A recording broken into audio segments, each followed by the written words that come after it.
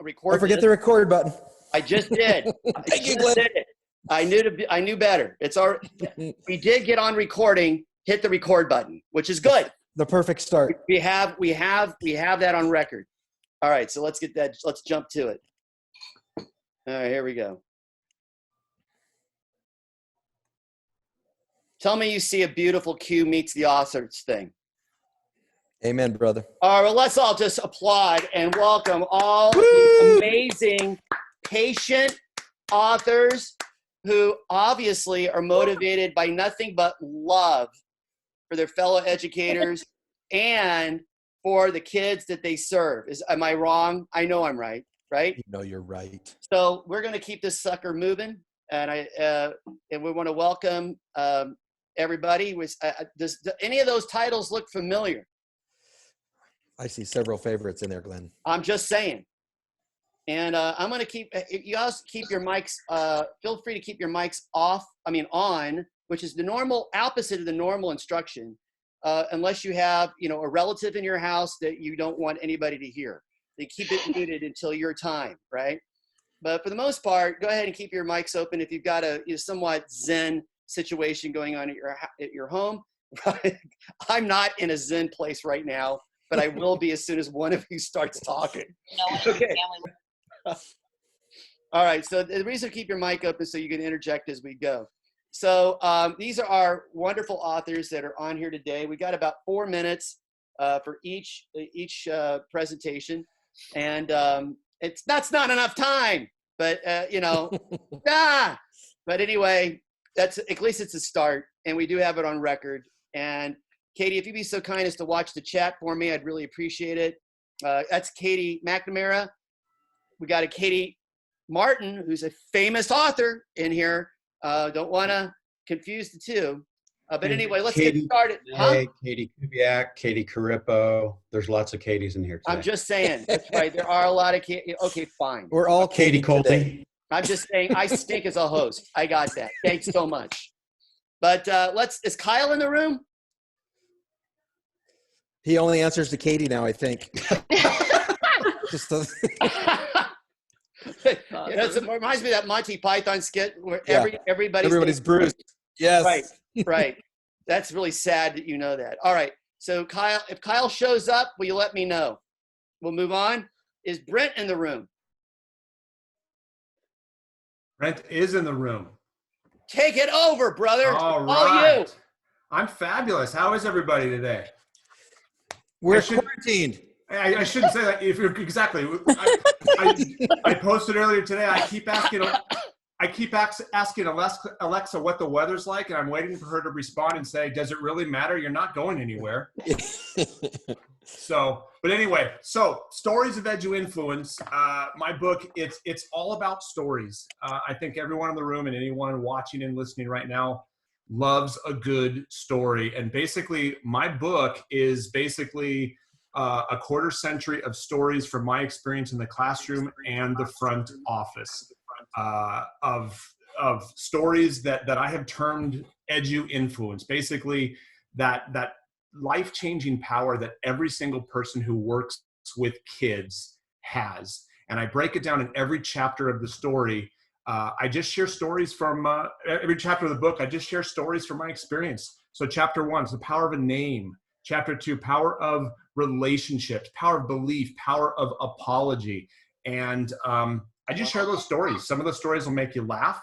Some of them will make you cringe as I share. Like chapter 6 is the worst mistake I've ever made in my life. So it's not just a book about, hey, look at the things that I've done. If anything, it's more like, oh man, look at the times I blew it and messed up. I cried writing chapter 6 because I had to relive what I did. But I think that those are the types of things that people relate to. I know somebody who read it said it's chicken soup for the teacher's soul. Oh, wow.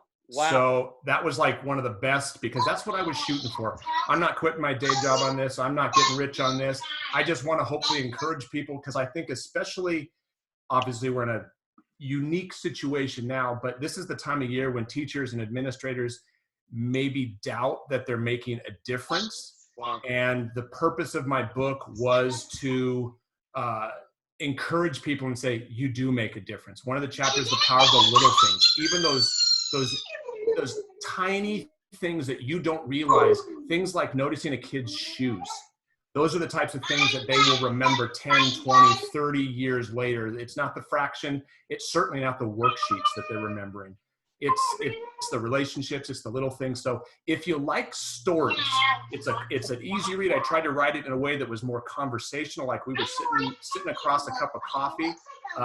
That's pretty much what I tried to do. It's in Kindle, and I was able to do an Audible version, which was always a dream of mine because I was able to read it the way it sounded in my head when I wrote it. So anyway. Hey, Brent, Yeah. I just want to know, is that your child speaking in the background? That is not my child in the background, no. I didn't know if you wanted to share something with us. I've got a 15-year-old and a 19-year-old, so Well, then if that's them, something's wrong. he hasn't sounded like that in a long time. And I thought in this case it really added some depth to Well, your I think perspective. that's the I thought point, it was I mean, appropriate. really. I was Okay. able to keep talking through it, though. It was pretty good. My focus was there. Let's give you a little extra time on this thing because I didn't want to. I took away from your time, but I think the point's really, really clear. I love that. Elaborate on that power of apology piece because I'd like to say I'm sorry, but go ahead. Well, I think basically we've all blown it. I think the message in that chapter is it's not if you blow it, it's when you blow it. And the whole message of that chapter is when you blow it, Right. you need to own it. Oh, You sure. need to, because the story that I share in that chapter is a time that I just destroyed. I destroyed one of my fourth grade students. Oh, wow. And did you? again, You didn't probably know it at the time. no, I did know it at the time. Oh, you did? I knew immediately that I did it. And the one positive thing that I took from it is I apologize. So I share the story on that. And I talk about how in that moment when I made the mistake that I made, I became that teacher. Wow. That every one of us has. We remember that teacher for all the wrong reasons, but I also became that teacher who apologized to him. So I hope I could be the only adult in his life to ever apologize to him. So I'm hoping that I'm remembered for that reason as well. Wow. Now, if you guys the morning show with I was going to say Regis and Kathy Lee. Oh my God, how old do I sound? I just want to be like the timekeeper here. Remember to get to all 20 authors. I've been keeping the time, John. Good job, Glenn. I gave him extra time because I felt. Well, he went first, so he should get a little He went something. first. It's the first pancake, and it's only fair, John. It's The only first pancake. fair. That's perfect. The All first right. waffle. I'm done. Thank you, guys. And you did great. Let's move on to. Oh, now I know why John wanted Oh, look at that. time. Oh. I'm going to defer my time to Marlena. All right. Hello. I'm MARLENA HEBERN. I am the author of the Edge Protocol Field Guide with John CORIPPO. We worked on this together. These are just lesson frames that you can use to support students in the classroom in online learning. And whether you're using Google or Microsoft, it doesn't matter. These are just the frames. So for example, one of them, one of my favorites is Sketch and Tell, and students listen to a video or they watch some kind of content and then they draw it out and then they pair share a partner and then they write about it. So these are just the structures of frames that help you facilitate those kinds of learning with your students. John, what might you add? I just have a really nice thought, I think, for all the authors. And I think what's going on with people publishing their own books right now is a direct analog. Kyle Anderson's going to love this, or Katie Anderson.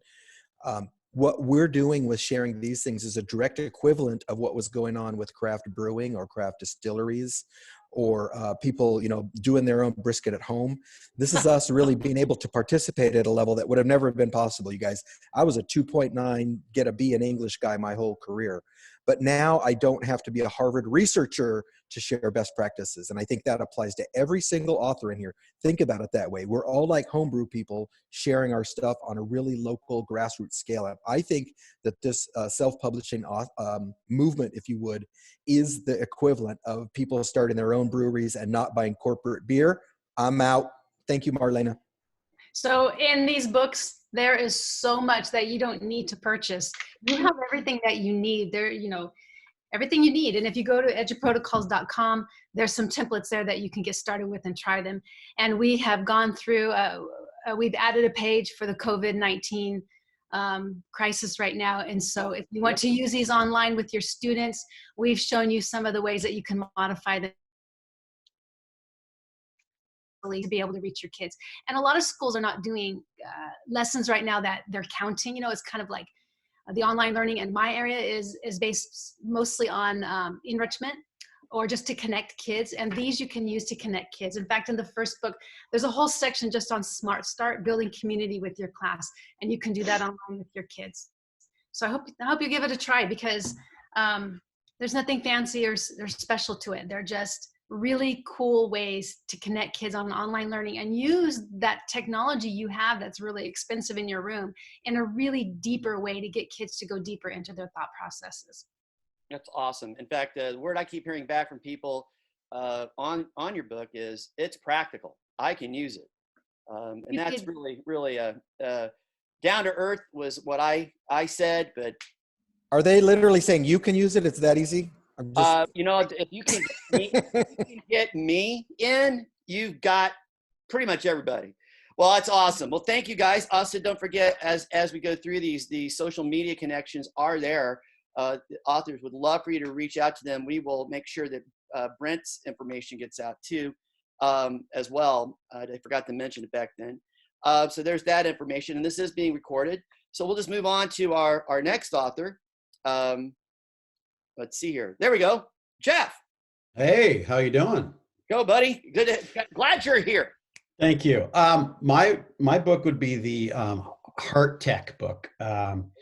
You know, I think that while a book has content and pictures, it's still relevant to everyone. And, you know, One Drop of Kindness is the story of a boy named Gus, but Gus is really a metaphor for any person in your school, because everyone has a story. Everyone knows someone that's broken, and everyone can do something to help others be more kind. And it just came out in Spanish, Una Gota de Bondad. Very exciting. Here's my little Gus. But yeah, the real big kicker for me is that it's the message. And, wow, you know, kindness is not easy for some. I mean, you look at different leaders, different people, and those that are not going to find it easy to be kind are the ones that we have got to make a better help with. And now, you know, you see so many great things of intentional kindness and random acts of kindness. And all we have to do is be intentional. And it's really amazing that one little thing can help start the domino effect or the chain reaction or the tsunami effect, whatever you want to call it. But it's critical. And especially now with our, you know, connectedness around the world with what we're doing right now, they're still, you know, think about all the Zoom bullying going on, or the Zoom porn, right? And it's why can't we just be intentionally kind and help everyone, especially in this tough time?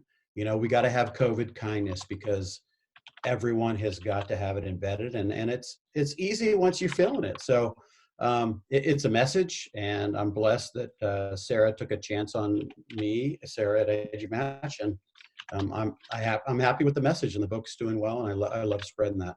Well, I am so appreciative for this type of message. We focus so much on getting the job done, and you know, I thought it was all about our students, and I thought it was really more about the soul and the heart of the whole thing, rather than the duties, right? So you're really calling that out. What was the spark for you on this book? What was it like? I've got to write this. What was that final push for you? I've seen too many schools and too many places in our world that are lacking the true empathy, compassion, and kindness. And I think if we start it young, it's going to blossom. And that was me. I was Gus. I was broken, hated school. And so this is partly my story. Wow, that's huge. Yeah.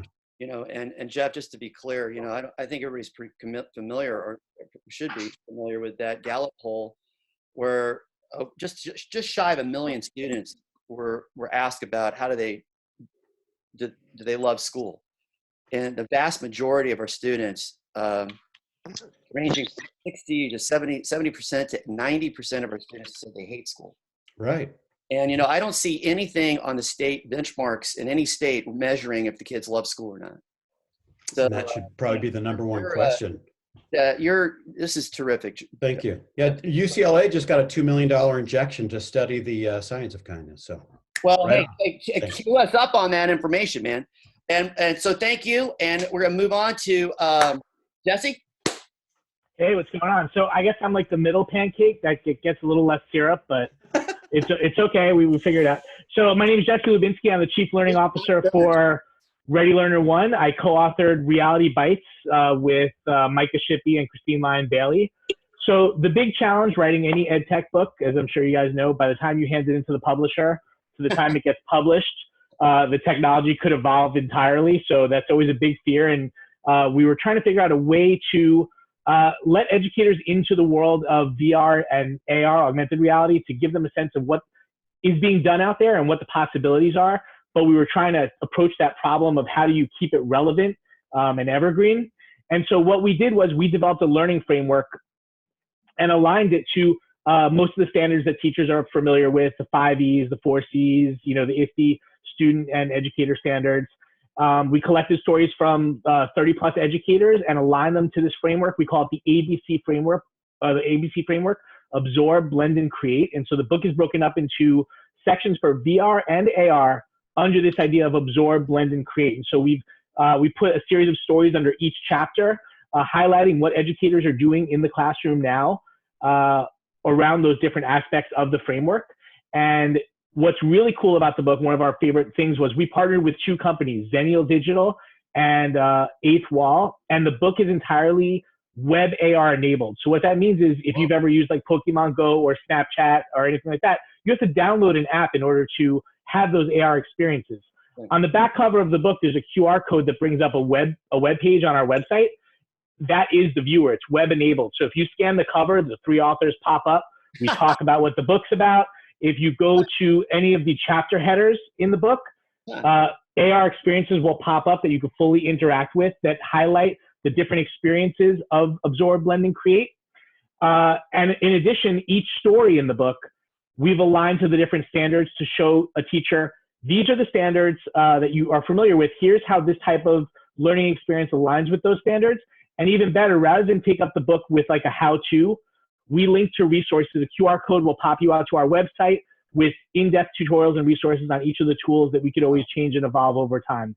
So we really wanted to create not just a reading experience, but a learning experience. So you pick up this book and you actually can do activities and things right in the book about the technology. We feel like sometimes I've read ed tech books before where I, pick up the book and I'm done with it and I'm like, what do I do? Well, this whole book is a doing book. You're doing while you're reading. So that's the elevator pitch. Well, and hey, Jesse, this is John jumping in. That's why we're doing Meet the Authors, because I've seen your book around a lot, and now I'm going to get it because I love that model. Right? There you go. So model, and so being able to share what's going on, and also newsflash for all the listeners. This is a Q thing. I love this about Q. Somebody emailed me and said, "I must confess that was my kid." I'm not going to say who it is. I emailed her back. I said, "We love kids. You're all good." So that's my little. Well, I think we're here because of kids, and a little secret is everybody on this call is probably a kid, frankly, right? But I love, Jesse, that so you got it so that they don't wait to have the experience later. They can do it right in the book. What's the first? Can you let on what the first little experience would be? Yeah. So I mean, the one that I usually demo, and it's kind of hard to angle it this way, but just with the photo app on your phone, if you were to scan the QR code on the book, I'm scanning the QR code, it just pops open a website. Let's see if I can show you guys really quickly. So it just opens up an AR a web companion. I'm just going to open the AR camera. And then once that AR camera is opened. Is it trying to get into our Zoom meeting? They did not try to get to the Zoom meeting, actually. And if anybody's been Fortunately, I didn't do that. Okay, here we go. So if I scan the cover of the book, let's see if I can get this for you guys. And Glenn, when they gave us the interactive CDs in 1996, this is what it was supposed to work like, right? Oh, there it is. I got it. Woo! Thanks for picking up this copy Hey. of Reality Base. Oh, Innovative come learning on. using That is awesome. augmented That's pretty That cool. is so media. good. So each of us talk about different aspects of the book. If you flip through the book itself, you could actually see the different, for each chapter of the framework for AR, Absorb, Blend, Create, VR, Absorb, Blend, Create, there's a different experience that one of our partners created the actual VR activity, and then we transition those over to the other partner, Eighth Wall, where they were able to make it a web-based experience. That's The awesome. key was we wanted no obstacle for someone to be able to do this. No app download, no anything. So web AR, we felt like if we were going to be the kind of leading the charge around this technology, we can't be using outdated technology. We wanted to be at the That forefront. makes sense. Well, all I got to say to that is reality bites. It does. Thank you. Let's move on to Sonny. Hello. Well, there we go. But anyway, Sonny, I'd like to say thank you for offering your Zoom room when it looked like we needed a spare Zoom room. That was very nice. Sure, no worries. Well, listen, happy to share with you. I'm an educator and a researcher, but I'm a researcher who was first an educator. So I'm a simple teacher, and I have been engaged in inquiry around finding how learning is most reliably enhanced by technology. So I am under the impression that research does matter. Research matters Yes, it enormously. And so to show that these ideas had merit, I put them through the rigor of rigorous research that I've been engaged in for 4 decades. So this book is a synthesis of my 4-decade effort in finding the sweet spots between pedagogy, effective teaching, effective learning, neuroscience, and technology. So with I started Washington State's first cyber school, the very first cyber learning program, Washington State, that is still serving the needs of at-risk kids. My classroom in Washington, my little alternative high school in Washington State, was the first school in the country with an internet connection. We had the first school in Washington State with a website in the early 90s. So I've been researching this for a long time. Here's what we found. The impact of technology, and this may shock people, it may anger people, but we have to deal with reality. Yeah. The average impact of technology on student achievement has been dismal and dismally low for too long. And so this is not a technology book. This is not a book on how-to technology. It's a book about learning, and a book about how we can reliably enhance student learning by the judicious use of technology at certain times in certain ways. And so I've got compounding research that shows in the book, I developed a T3 framework for innovation. So if you're not T3 experienced, I invite you to become T3 experienced. T3 is the only framework that has been peer-reviewed and vetted at the highest levels of scholarship in the English language. And so the strategies in my T3 framework were shown to quadruple student learning.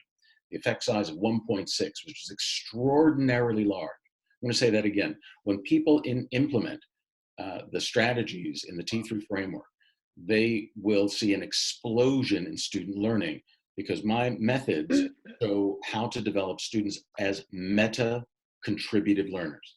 They learn how to learn and learn how to apply their learning in a contributive fashion. So I call it contributive learning. My research was just peer-reviewed by a host of global scholars and inducted into Oxford University's Research Encyclopedia for Education.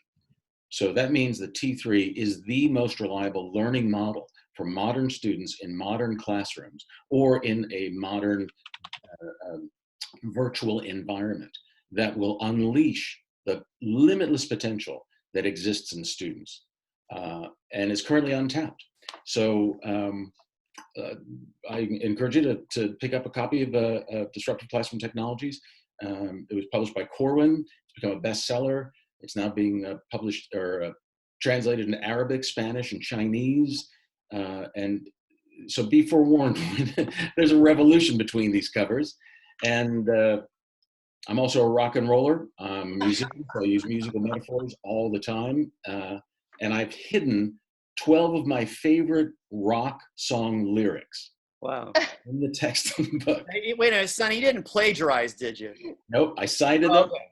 I hid them. I have 12 Easter eggs that are references to lyrics and some of my favorite rock songs.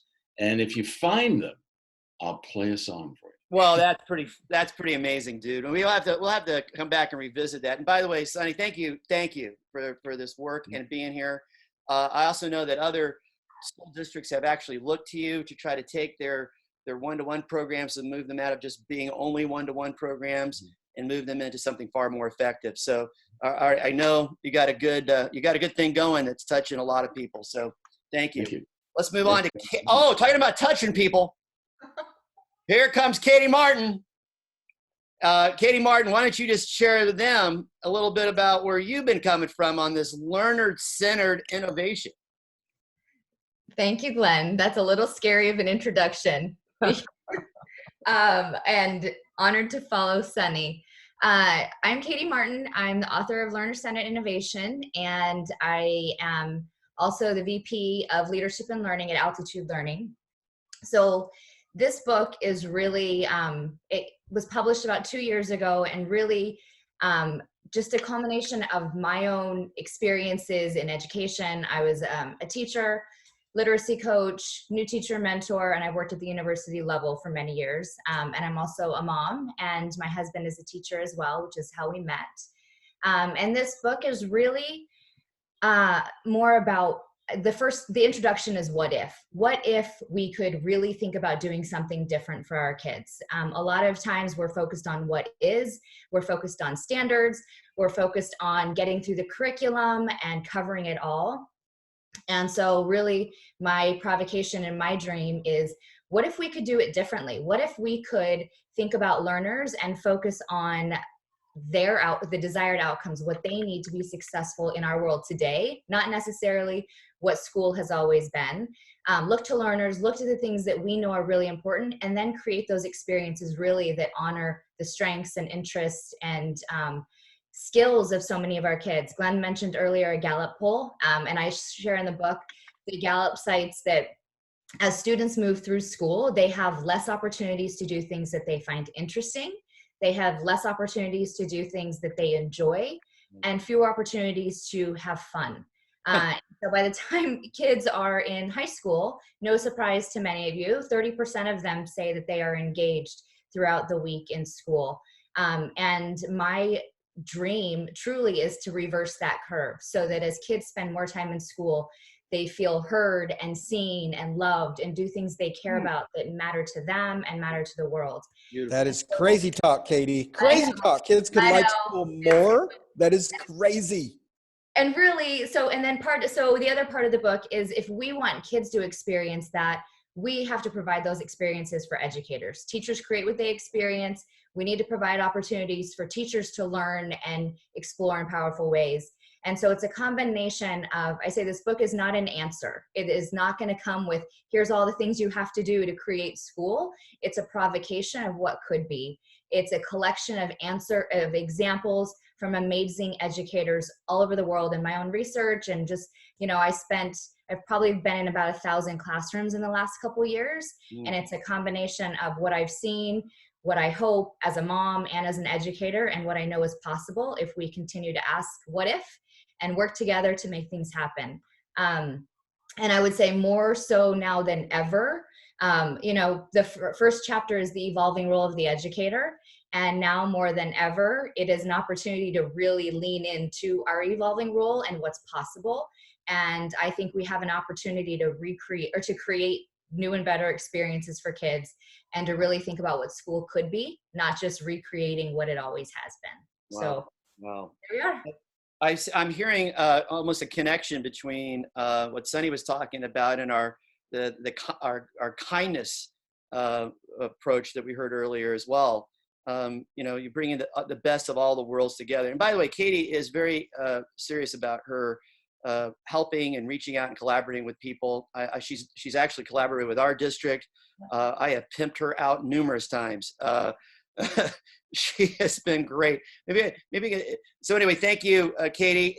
But this is an absolutely awesome refocus of how we approach education with students as opposed to doing it to students. So thank you, Katie. Really amazing book. It's near and dear to my heart as well. Let's move on to our next. Real quick, Lynn, I just want to say too, there's a book study. So I'm going to put that in the chat. There's a current book study on if anyone wants to join in. Yes, in fact, you announced that out on your Twitter feed, don't you? Yes, I did. Oops, I put in the wrong link. There we go. Put it in the. Make sure it gets also in your Twitter feed. If you don't have Katie's website or a Twitter handle, please make sure you get it. She makes those announcements there, and she sends out gems all the time. So you just be tuned in to that. Thank you, Katie. That was fantastic. Now, is there a Lainey in the house? Hello. I hear you have a posse with you. I do. In fact, I'm going to let Lauren kick it off. So thank you for having us. Hey everyone. Hi, my name is Lauren Steinman. And along with Lainey Rowell and Christy Andre, we wrote Evolving Learner, which literally just came out 2 weeks ago. Super awesome. Yay! Time. Super awesome time. That's awesome. It's really fun. Good time. But anyway, so we're very excited. Actually, Q's very near and dear to our heart. It's how we all connected. Christy and I have worked together for a long time, and we presented a lot together. And then a couple years ago, we got hooked in with Lainey, and then we've written this book, and it's really about the shift from professional learning as we know it, and as educators and leaders, over to professional learning, and how to empower educators and leaders to go and source that yourself, which actually really is very topical right now. When, you know, for the longest time, really the culture of schools was, you know, how do you learn about new things that you're interested in and really want to bring into your classroom when the district's not providing it for you or your school's not providing it for you. So we broke it down into 3 different chapters. Learning from kids, learning from peers, and then learning from the world. So I'm actually going to shoot it back over to Lainey to start off. Yeah, thank you. So I think that everyone on this call will be with us when we say that we think kids are the most precious, abundant, and underutilized resource we have in education. So I feel like this is a group that is with us on that. And so when we talk about learning from kids, we're really talking about advocating for student agency and how can we learn from our students. And so we talk about ownerships of learning, and a lot of the examples we give are extremely relevant right now. One of the specific examples is we advocate for kids creating video tutorials rather than just teachers. And so as we're like going through COVID-19, it seems like maybe rather than— Do you think kids will be able to figure out the technology, Lainey? I'm pretty sure they will. In fact, you're not worried about that. A ton of evidence to support that. Katie, so, we're doing that right now. We had to. We had no other choice. Teachers didn't know what they were doing. We had to do it to kids. Yeah, so we actually have this really, I love this graphic in our book. I don't know if you guys can see it. This is a visual spatial challenge. I will fail. But talking about going from teacher-directed to learner-directed, or teacher-driven to learner-driven. So that sounds familiar. We think, this is our opportunity. There should be a lot of grace and patience right now. And so this is our opportunity to leverage this shift that we're going through.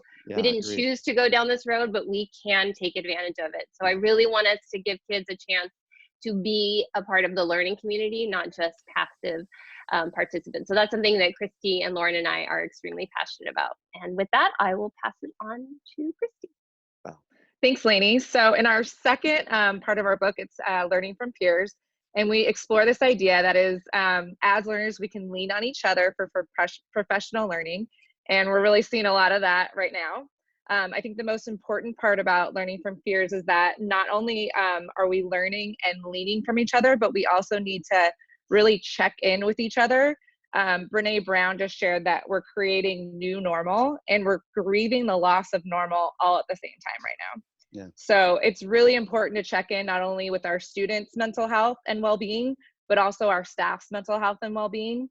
So learning from peers gives practical ideas on how to do this. For instance, at our site, we use a Google form to check in using zones of regulation, which is given to not only our students, but also our staff.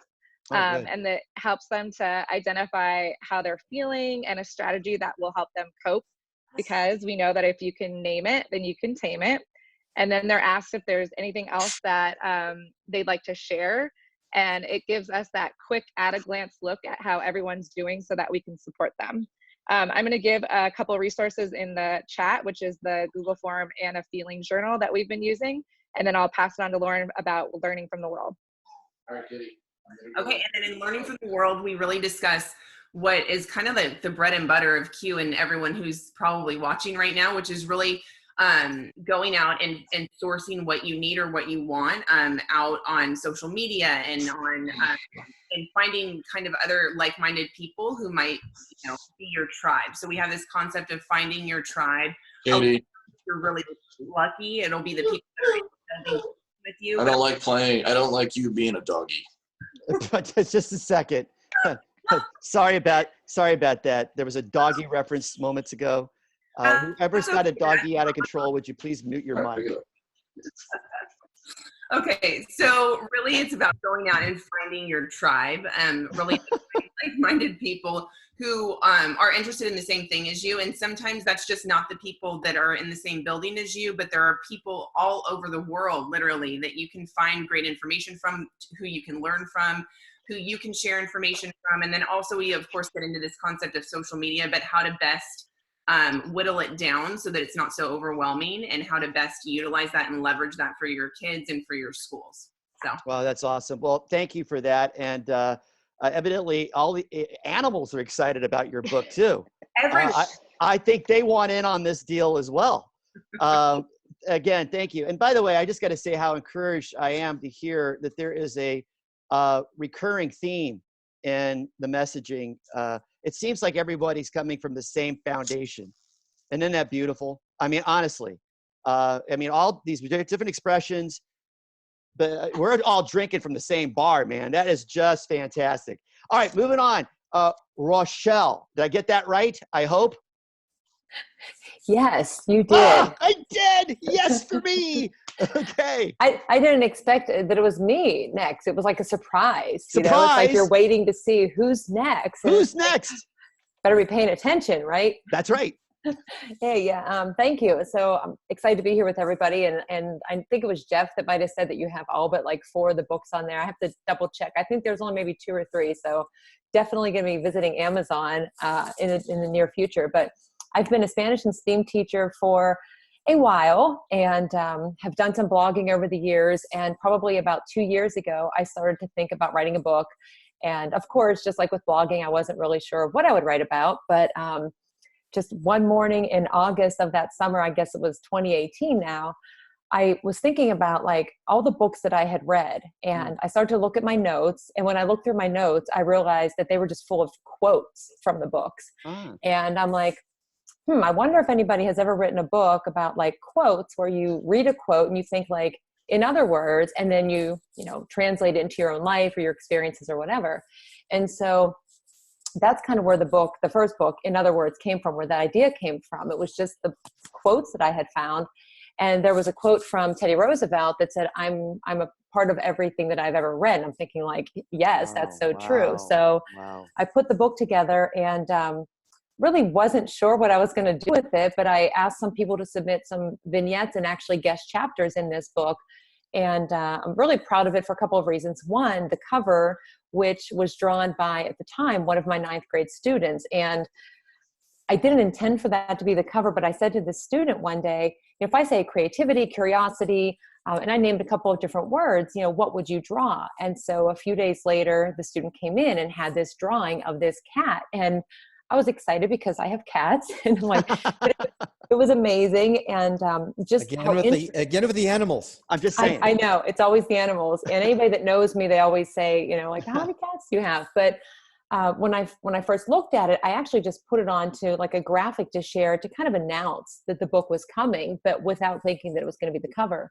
And so then Edgy Match was a publisher and put it on the mock-up, and I went, I don't know how I feel about it. Like initially I loved the cover, but I didn't know what other people would think. And then the more I thought about it, it's not that I don't value other people's opinions, but it's what the book itself, the cover represents. And it represents a change in me from being the person who stayed isolated, who stood in the front of the room, who didn't build relationships with students or with colleagues.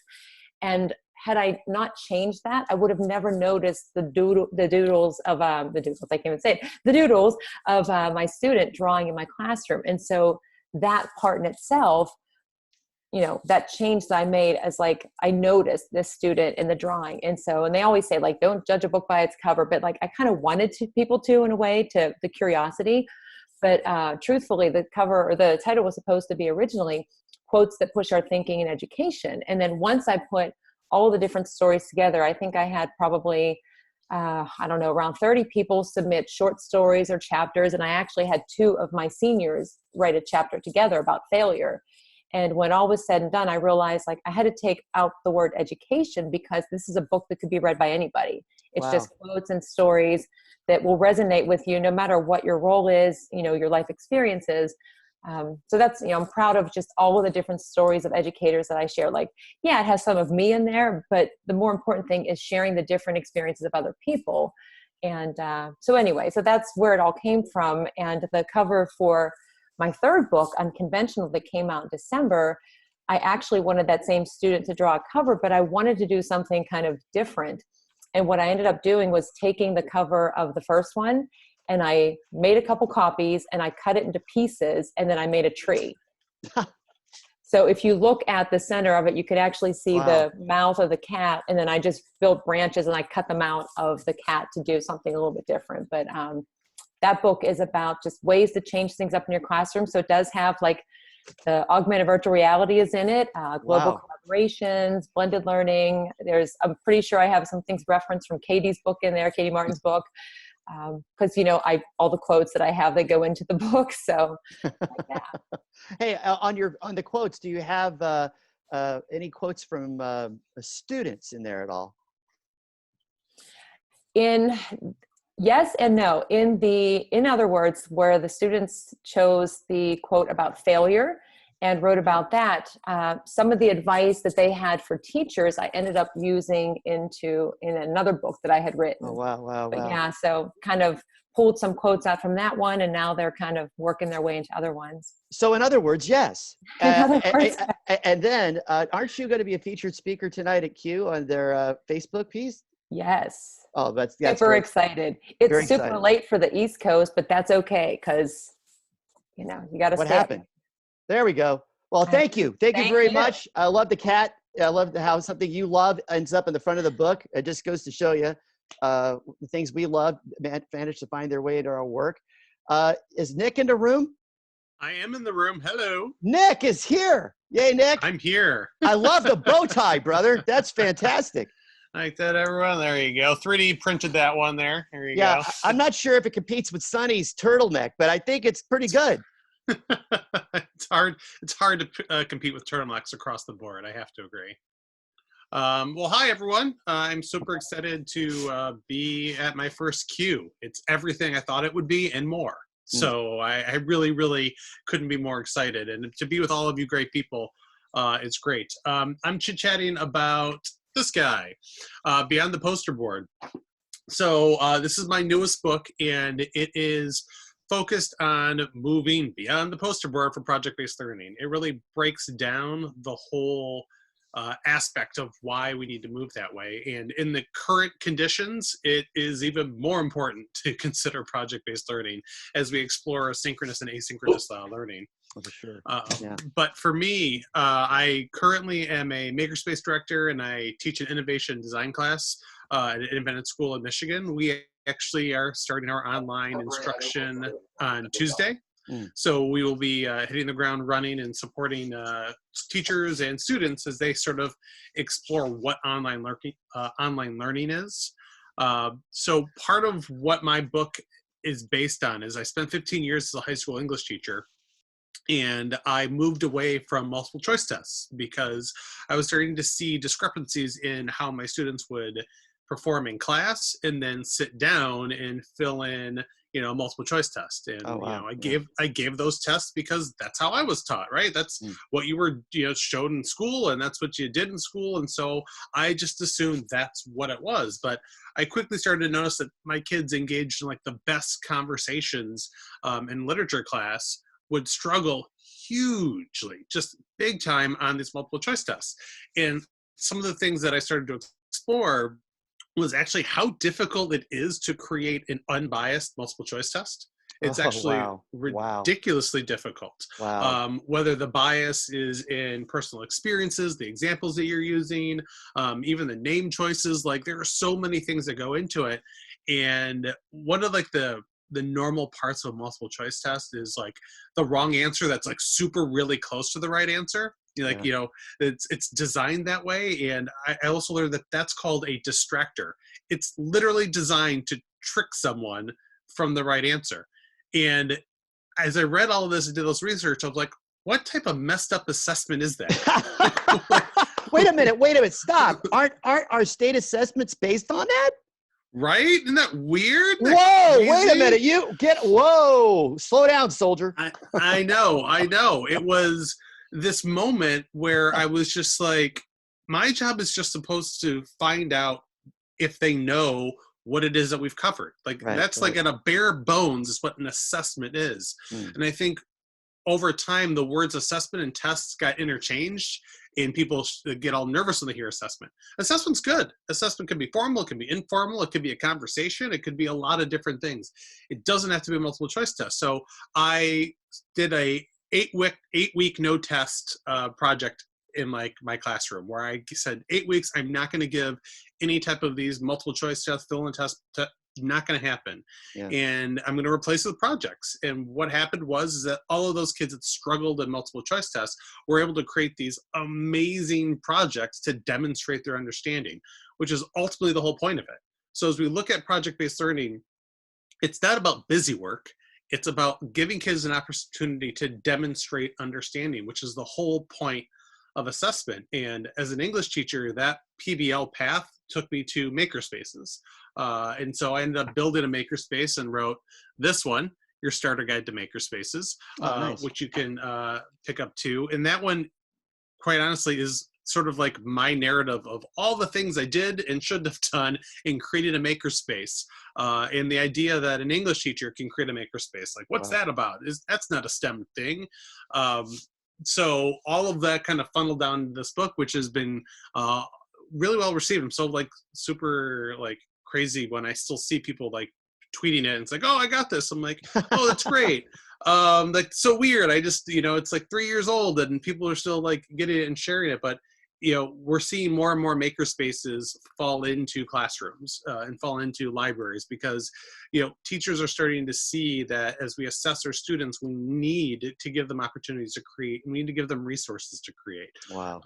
So, yeah, so from there, I wrote my next one, which was the maker mentality, which is more of the sort of the culture you need to create for makerspaces and project-based learning to be successful. So those are sort of like those 3 books. You can find them all on Amazon, but it's an ongoing growth and learning thing for me, and to be able to share all of those experiences so that kids have an opportunity to create more amazing things, you know, that's what I want to support. That's awesome, Nick. And I love the fact that you're an English teacher and put this idea of project-based learning with that.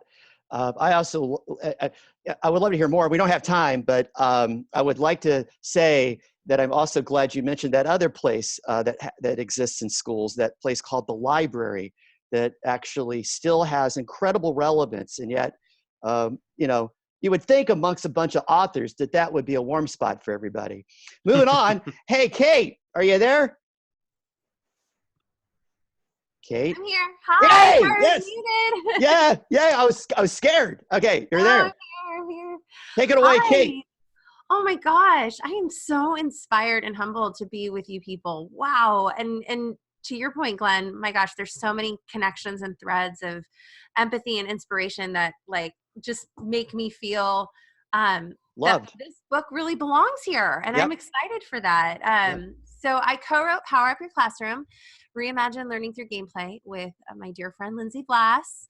And currently I work as Chief Learning Officer at Bowie Consultants. And the point when we were actually approached by ISD to write this book, which sounds like crazy, but ISTE came up to us and said, hey, actually came up to Lindsay, hey, you've presented on this topic. It's a hot topic.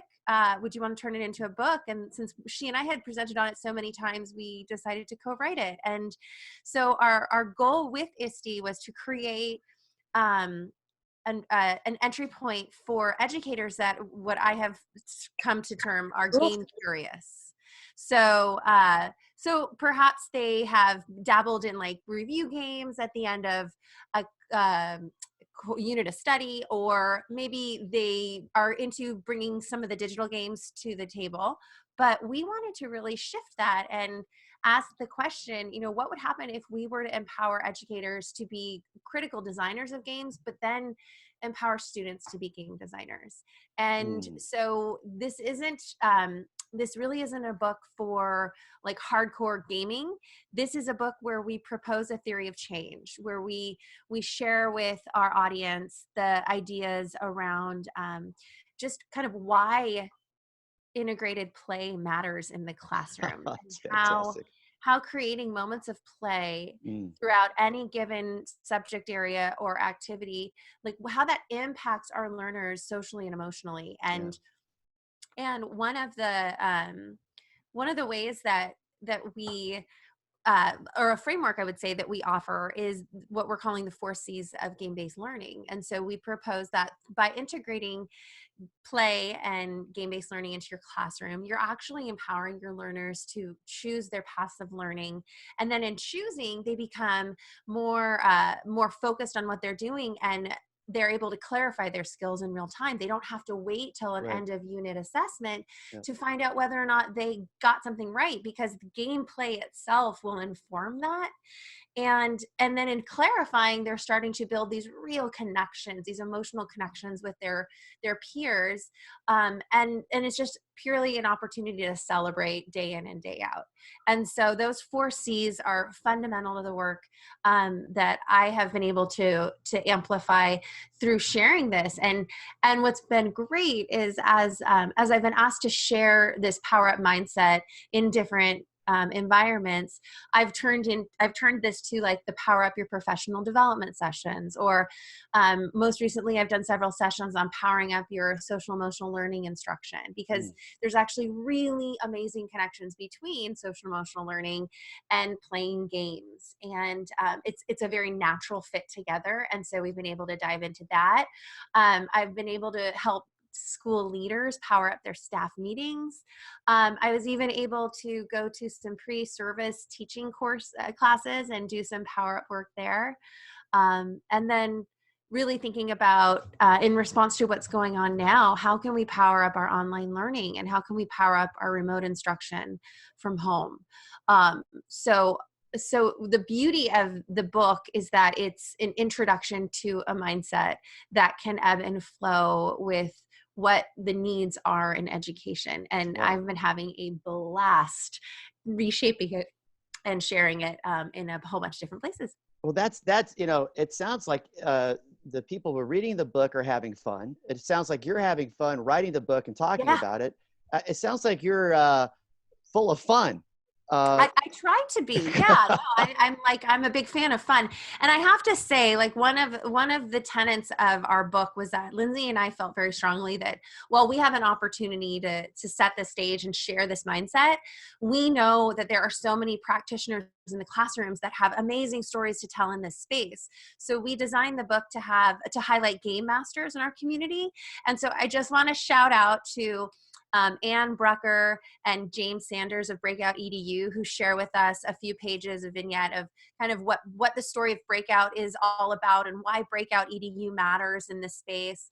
And then some STEAM coaches, Andrew Rothman, Bill Marslin, and Christina Bustamante, who shared their experiences with both EdTech digital games and unplugged games. And then Diane Main, who is a global Minecraft EDU mentor, actually got in there and really started talking about what Minecraft EDU can do. Greg Eilers, who's part of the team running digital badging out of the Stanislaus County Office of Education. And Ryan O'Donnell, who's a classroom practitioner. And Jacob Baringo, who was actually the the winner of the Q Award last year for emerging teacher, Well, and the work he's doing. That's that. So, You know, any one of these books often have so many contributors it's that really don't get powerful. named, and that we could really spend a time just running credits on books. Here, who inspired seriously, us, I you know, mean, really. But thank you, Kate. That was fantastic. yeah, I'm just going to put, I know we're short on time. I'm going to put a link to the book study that we're offering, and we're actually doing it May, July, September, and November. So people can elect what period of time they want to go based on their availability and kind of where their heads are at. So thank you so much for the platform. I thank you for sharing. I don't know if you guys remember when we started, we introduced Kyle, and there was crickets. Kyle's in the room. I'm here. I am here. Kyle is here. And goes by Katie. Now, you know what? You can stop that right now. I'm just saying. Jeff, go to your room. Oh, you're already there. Okay. But hey, Kyle, can you give us a couple of minutes on your book, please? Absolutely. So yeah, I tried the link and I got the whole, there's an error, and didn't realize it was back up. And then I got in and, you know, saw all these awesome people here, and I'm like, oh, sweet. And then I started to realize it was kind of going in alphabetical order. Oh, wait a second. Maybe they skipped me at this point. So yeah, we started with you, you're brother. okay for Katie now. I think you missed that part. You know, you can stop that now. Come on. What happened? I will to the go by forgiveness whatever thing? you want to call me. I'll go by. I'm good with that because All right, as Katie, a go former ahead. college football player, I have gone by a lot of things that I will not repeat here. Thank you. Thank you. But again, my name Kyle Anderson. I am a special education teacher in Carson City, Nevada, currently, and I have a blog that I've written for several years at andersonedtech.net, and then I co-host a couple different podcasts. I'm the Beer EDU podcast. My buddy Ben and I, we drink a little bit of beer, have some guests on, we talk about some education, and then with Joe Marquez, we do the Sons of Technology podcast. But I wrote between all of that, the blogs and the podcast and being a teacher and a father and a husband, all that, I wrote this. I wrote To the Edge, Successes and Failures Through Risk-Taking. And what this is, it's a book that is really, it's a memoir of sorts, but it's not just me telling the story of my life because, as I like to joke, like, really, who am I? Who really wants to read about my life?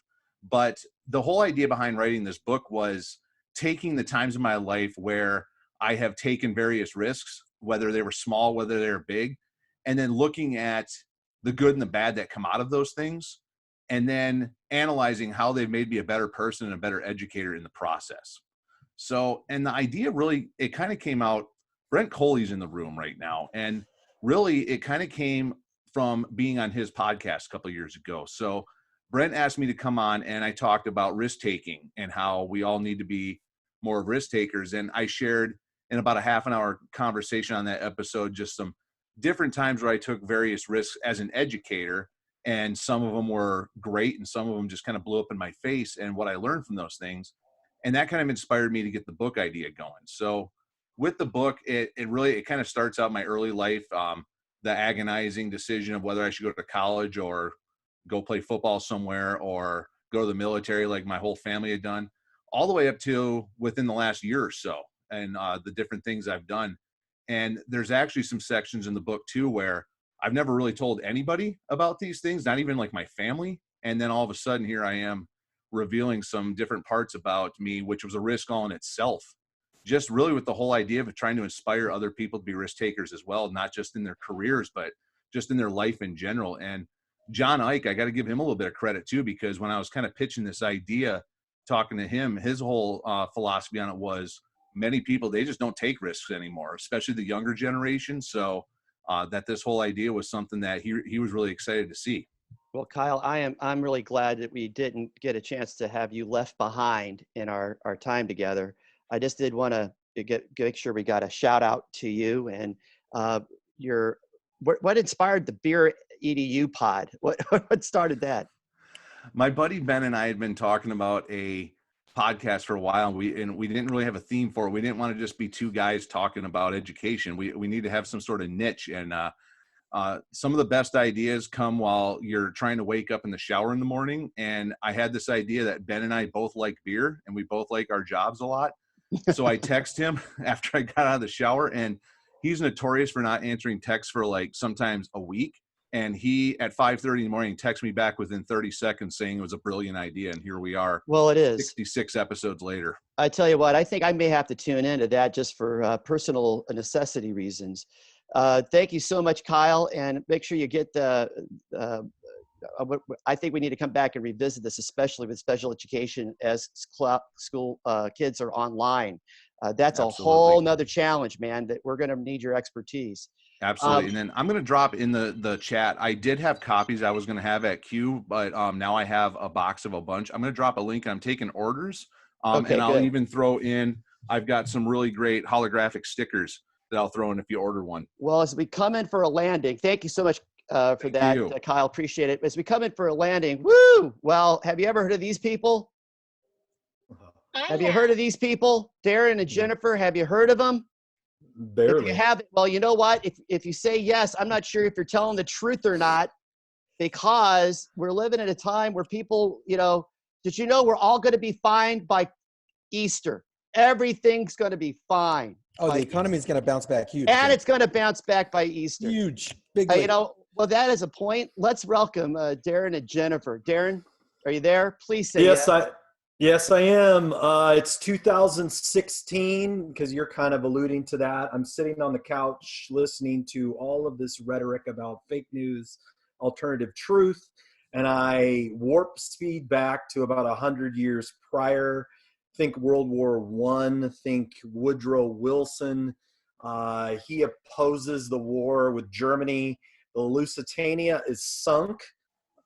He has no choice because the Congress, April 2nd, I think it was, 1917, say we're going to war with Germany.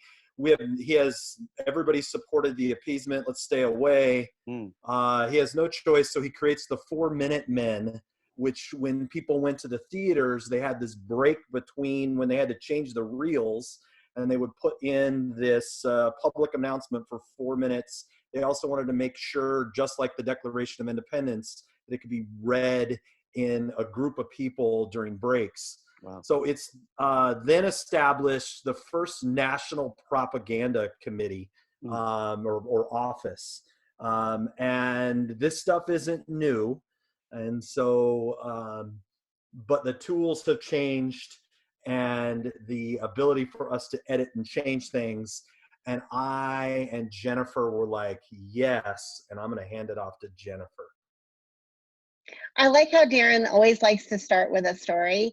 Only Darren could take a 2-minute commercial for our book and start with a story about Woodrow Wilson. I just have to say that, which is why I can't imagine writing any books ever without that guy. Because we only have a couple minutes left, I just want to piggyback on what Darren said, is that the desire to use the media to manipulate and deceive is not new.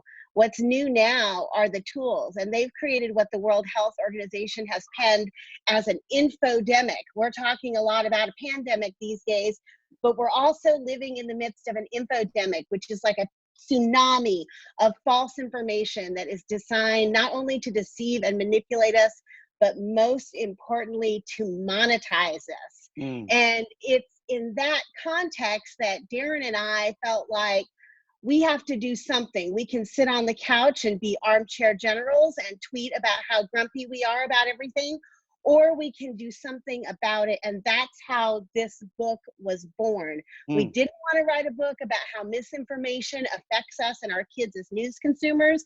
We wanted to write a book about how false information affects us as human beings, and then help give educators some tools to help our kids be better at this than we are. So we had 3 quick goals with our book.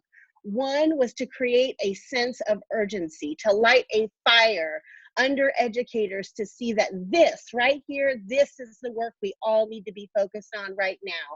2, we wanted to identify some current gaps in existing media and news information programs that still look like we're living in 1997. Regardless of the influx of technology, we're still teaching news as though we all get it from a desktop and from a news organization's website, which is not true. And then last, but most importantly, we wanted to give teachers and educators the tools to do it differently, to do it better, so that we can right this ship, because we truly believe that the people in this room, the people watching this, teachers, educators, they're the best positioned people in the world to help us change the world. And that's what we're trying to do with Fact versus Fiction. And we're grateful for the opportunity to share it with y'all today. And I just want to jump in. You guys, I got a preview of their session. It is mind-blowing. It is on point. It is apolitical. And it is going to be effective for a wide range of educators. It is powerful stuff. Wow. Thanks, John. And timely. You know, it's funny. We educated an entire generation of people who know how to read. Yet we don't seem to have equipped them to be able to handle the information literacy that they so desperately need. You know, a little bit about your background, Jennifer. Are you an educator? Yes, I do claim that. I would add to your statement. I think we've done a really good job in the last 20 years of creating a generation that knows how to decode symbols on a page so they can answer. But I don't really know that we've taught them how to read and think, which is part of the problem that we have right now. But my background is as an English teacher and a librarian, and then a digital teacher. What? Yeah. A librarian? Are they still relevant? Yeah, go figure. We're an endangered species, but we're coming back. Well, I could see an entire group of ed tech community people saying we need our librarians back. So that's fantastic. Hey, I want to thank everybody. I know we pushed it past the envelope, but I think we had to because we started late. We had a few technical problems, but I'd like to invite everybody on this webinar that is an author that was presenting today to come back for a focus session just on you. With the California School Library Association, which is constantly in collaboration with CUE. We'd love to have you so that all of our school librarians are now at home and now doing online learning. We would love to have them be fully aware of your work so they can recommend you to their staffs. So if you're interested in that, we would love to take it from a book tasting to a book dining experience with you. So if you're interested, love to have that happen. I'd like to thank John, who's helped make this happen, John Corippo. I'd like to thank CUE. I'd like to also thank Katie McNamara, who's been behind the scenes, making sure we stay on track. She is also one of those people, a librarian person. Anyway, we just thank you all. Any final words from anybody? I've got two quick things, Glenn. When you end this, make sure you hit end meeting for all. So I think I will. Oh, I think I will. The other thing is, I'm going to load this recording onto our Facebook account on CUE so anybody can watch. I want each author to listen carefully. If you want to take your part and slice it and use it on your webpage or whatever, it's royalty free. Go get them. Right on. Anything else for the good of the cause? Thank you. Well, why don't you send out a virtual hug to everybody now? That's the only way we can do this now. I'm going to kiss you. Oh, well, John, I didn't realize you cared. That's fantastic. It was still social distancing. So that's true. That's true. Apple's coming out with a social distancing app real soon. Anyway, they are. That's not a joke. That's for real. Hal Davidson announced it at just the other day. So thank you all. You're wonderful. You're loved. Stay healthy.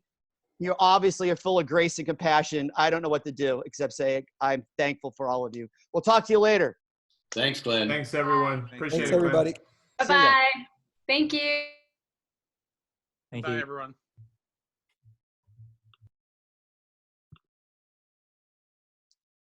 All right. Stop share. And then end meeting for all. That's the key. I'm going to do just that, John. I just wanted to I just be a paranoid. good host and say goodbye to everybody.